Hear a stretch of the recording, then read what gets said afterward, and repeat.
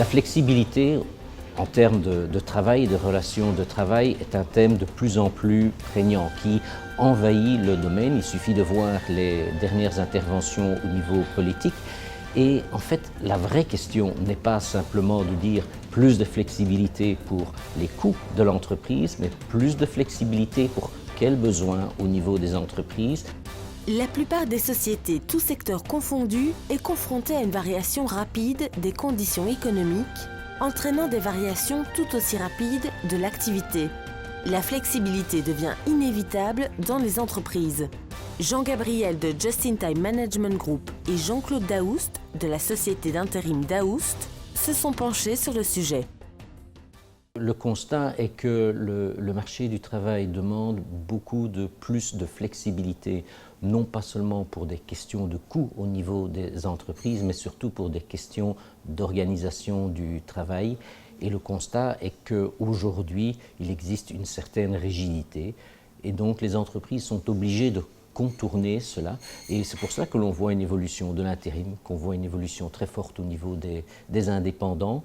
Mais peut-être que la question est, faut-il encadrer tout cela? Quand on examine la problématique des entreprises en matière de ressources humaines, le constat qu'on peut faire se compose de 4 points.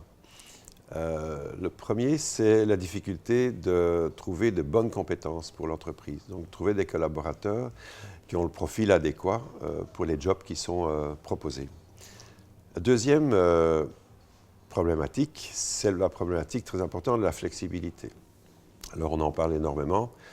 La flexibilité, c'est aussi bien l'entreprise qui a besoin de flexibilité pour gérer ses flux de production, ses actions à caractère saisonnier, ses événements, mais aussi la flexibilité du travailleur, parce qu'on a constaté un phénomène grandissant les dernières années, c'est que les gens, eux aussi, ont une recherche ou un besoin de flexibilité.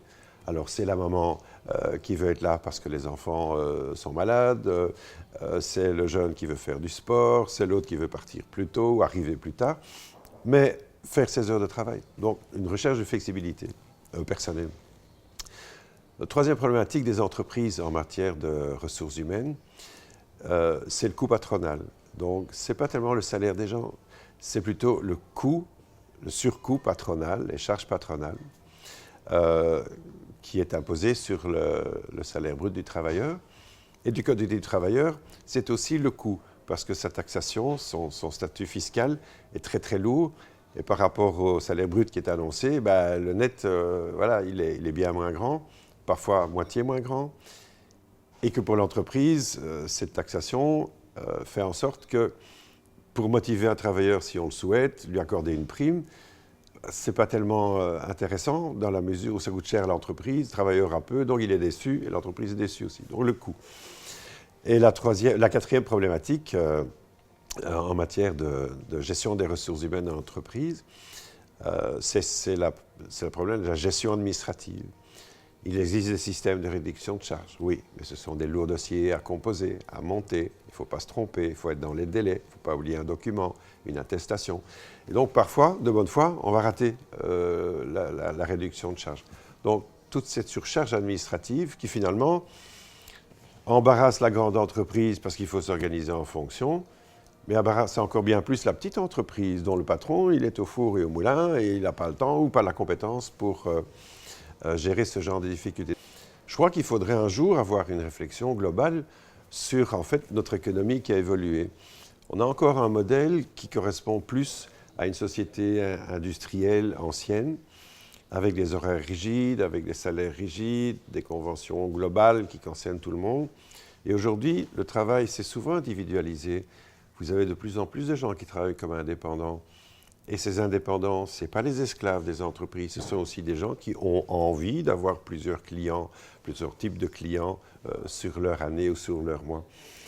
C'est une société qui a évolué en termes de potentiel pour l'entreprise à donner de l'emploi, mais malheureusement, on constate que cet emploi, souvent, il est en fait réalisé à l'étranger. On voit des call centers qui se passent en Inde, on voit des comptabilités d'entreprises qui se passent online en Tunisie. Alors finalement, cet emploi, il est créé par l'entreprise, mais il ne se réalise pas chez nous. Et nous, on a un taux de chômage important. Et donc, je pense qu'il faudrait pouvoir avoir une réflexion un peu plus globale, avec du recul et sans émotion, sur l'évolution de notre société. Je pense que les entreprises n'ont jamais eu, mais en tout cas n'ont pas aujourd'hui, la possibilité d'avoir un excédent de travailleurs pour répondre aux pics de production, quel que soit le secteur. Je pense que ça, c'est pas possible. Donc, il faut pouvoir avoir une possibilité de flexibilité, alors soit dans l'entreprise avec des horaires qui sont tout à fait variables, des moments où les gens travaillent plus, des moments où les gens ont des congés, des travailleurs extérieurs qui viennent en complément. Il y a plusieurs formules. La flexibilité est un mot, et parfois il est galvaudé. Elle peut se faire vraiment dans le respect et en tenant compte des attentes de tout un chacun.